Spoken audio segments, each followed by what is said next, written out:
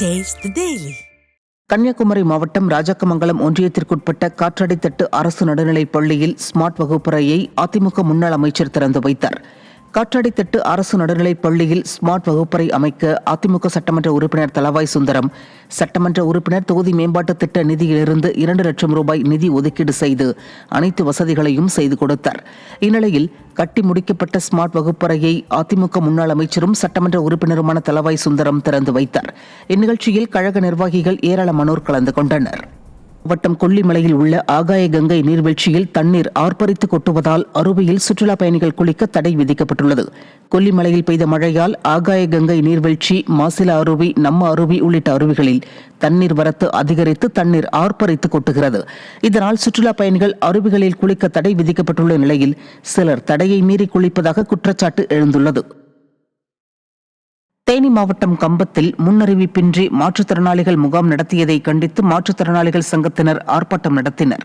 பள்ளிக்கல்வித்துறை மற்றும் மாற்றுத்திறனாளிகள் நல அலுவலகம் சார்பில் மாற்றுத்திறனாளி மாணவர்களுக்கான மருத்துவ முகாம் நடைபெற்றது. இந்த முகாம் குறித்து மாற்றுத்திறனாளிகளுக்கு முறையாக தகவல் தெரிவிக்கவில்லை என தெரிகிறது.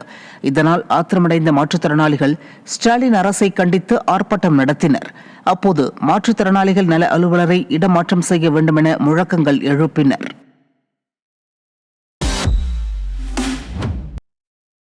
ராமநாதபுரம் மாவட்டம் முதுகுளத்தூரில் 5000 ரூபாய் லஞ்சம் வாங்கிய துணை வட்டார வளர்ச்சி அலுவலர் சிக்கினார்.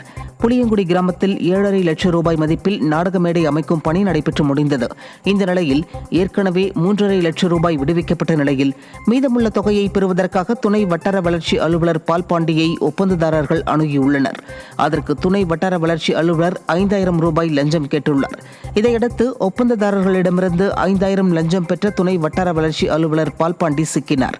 திறனற்ற திமுக ஆட்சியில் லஞ்சம், ஊழல் தலைவிரித்தாடுவதாக மக்கள் வேதனை தெரிவிக்கின்றனர். கேரள கடலில் ஏற்பட்ட சீற்றத்தில் சிக்கி விசைப்படகிலிருந்து நிலை தடுமாறி ஆழ்கடலில் விழுந்து மாயமான கன்னியாகுமரி மாவட்டத்தை சேர்ந்த மீனவரை விரைந்து கண்டுபிடித்து தர வலியுறுத்தி மீனவ கிராம மக்கள் குமரி மாவட்ட ஆட்சியர் அலுவலகத்தை முற்றுகையிட்டனர்.